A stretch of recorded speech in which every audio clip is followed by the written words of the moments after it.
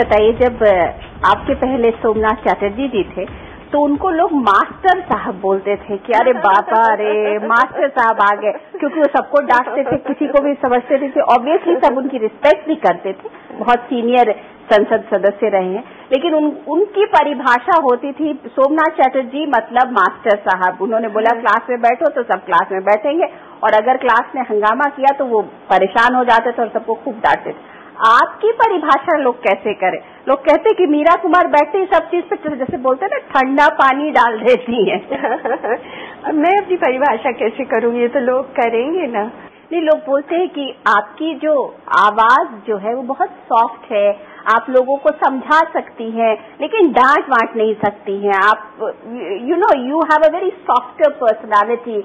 उसमें आप इतने सारे जो संसद के सदस्य हैं, सब दिग्गज है, अच्छी, सबकी आवाज बहुत बुलंद है, उन सांसदों को आप कैसे संभालेंगी? संभाल रहे हैं, और सब अभी तक तो बहुत ही शिष्ट व्यवहार और बहुत ही नम्र व्यवहार है उनका मेरे प्रति।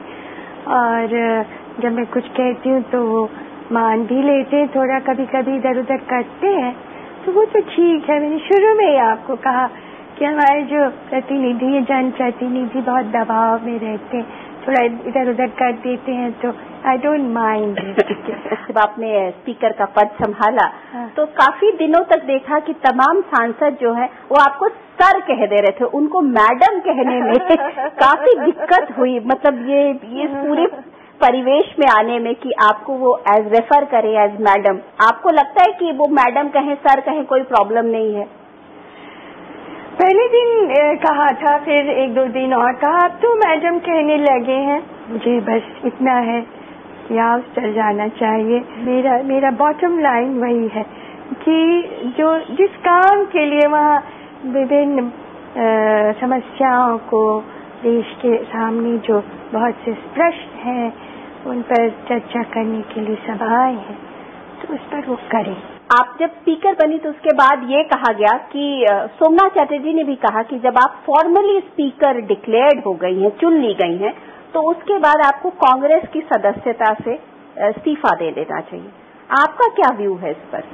देखिए, ये तो कोई संवैधानिक आवश्यकता तो है नहीं, संविधान में ऐसा नहीं है कि जो स्पीकर हैं उन्हें इस्तीफा दे देना चाहिए। और अब तक जितने स्पीकर रहे हैं, एक कहा जाता है कि नीलम संजीवा रेड्डी ने इस्तीफा दिया है, कहा जाता है, बाकी किसी ने दिया भी नहीं। तो इस्तीफा देने के पीछे ये मंशा रहती है कि निष्पक्ष रहे। एग्जैक्टली। सोमनाथ चटर्जी ने एक जैसे बोलती है लकीर खींची कि इस तरीके के स्पीकर जो है वो पार्टी लाइन से ऊपर है, और इसका उन्हें खामियाजा भी भुगतना पड़ा, उनको सीपीएम ने निकाल भी दिया। तो आप नहीं मानती कि एक स्पीकर को, एक संसदीय प्रणाली को और बेहतर बनाने के लिए अपनी पार्टी लाइन से ऊपर होना चाहिए? जब हम स्पीकर की हैसियत से वहाँ पर है, स्पीकर की हैसियत से जो भी काम कर रहे हैं उसमें हमें पूरी तरह से निष्पक्ष तो रहना ही है, इसमें तो कोई दो राय नहीं है। और आज आप अगर जितने पूर्व अध्यक्ष हुए हैं, अगर उनके कार्यकाल को देखेंगे तो मैं नहीं समझती हूँ कि कोई उन पर उंगली उठा सकता है कि उन्होंने पक्षपात किया, हालांकि वो सभी अपने अपने दल में थे। लेकिन अगर कभी जब वोटिंग की बात आ गई मीरा जी, और कभी ऐसा हुआ कि मामला जो है वो फंस गया, उस वक्त आप क्या करेंगी? उस वक्त आप अपनी पार्टी लाइन पर जाएंगी या सोमनाथ चटर्जी जैसा स्टैंड लेंगी? ये तो मुद्दे पर डिपेंड करता है क्या विषय है। Cross the bridge. लेकिन आप कांग्रेस से इस्तीफा नहीं देंगी? नहीं, ये तो मैंने कह दिया शुरू में, ये बात तो तय हो गई, it is settled and I don't see how it is an issue. पर कभी ऐसा मुद्दा कोई आ सकता है कि जब आप पार्टी लाइन से अलग होकर सरकार के पक्ष में वोट दें या न दें? आज मैं कैसे कह सकती हूँ? ये मुद्दा आने पर ही आदमी उस पर सोचता है। आज इस प्रश्न का उत्तर बहुत ज्यादा अनुमानित प्रश्न है। आप ये बताइए कि जब संविधान बना था तो अंबेडकर ने ये कहा था कि आरक्षण जो है, जनरल रिजर्वेशन जो है, वो कुछ सालों तक होना चाहिए और उसके बाद सब के सब आरक्षण को खत्म कर देना चाहिए, नहीं तो ये एक आदत बन जाएगी। आज आपको क्या लगता है कि आरक्षण रहना चाहिए, चलना चाहिए, या संविधान में बदलाव लाना चाहिए? मेरे से बहुत लोग ये बात पूछते हैं कि आरक्षण खत्म क्यों नहीं कर देना चाहिए, और मैं उनसे यही पूछती हूँ कि आप लोग कभी ये क्यों नहीं सोचते हैं और कहते हैं कि जाति पाति खत्म कर देनी चाहिए? कोई मुझसे ये बात नहीं कहता आज तक। सब मुझसे ये जरूर कहते हैं कि आरक्षण क्यों नहीं खत्म कर देना चाहिए। 10 साल हो गए, मैं पूछती हूँ कि हजारों साल हो गए, जाति पाति क्यों नहीं खत्म कर देनी लेकिन चाहिए? खत्म कैसे होगी जाति पाति? क्यों नहीं? जब देश की प्रथम महिला दलित स्पीकर, ये सिग्नल अगर जाए तो जाति पाति कैसे खत्म होगी? जो वर्ग अपने को शिक्षित मानता है वो खत्म करे, आगे बढ़े, लीड ले। शिक्षा हमारे समाज को क्या दे रहा है? लेकिन जब आप सोशल जस्टिस की मिनिस्टर थी पिछले सरकार में, तो आपने तो प्राइवेट सेक्टर में रिजर्वेशन की बात की थी। तो फिर एक तरफ अगर आप जाति पाति खत्म करने की बात कर रही थी, तो दूसरी तरफ आप रिजर्वेशन की क्यों बात कर रही थी?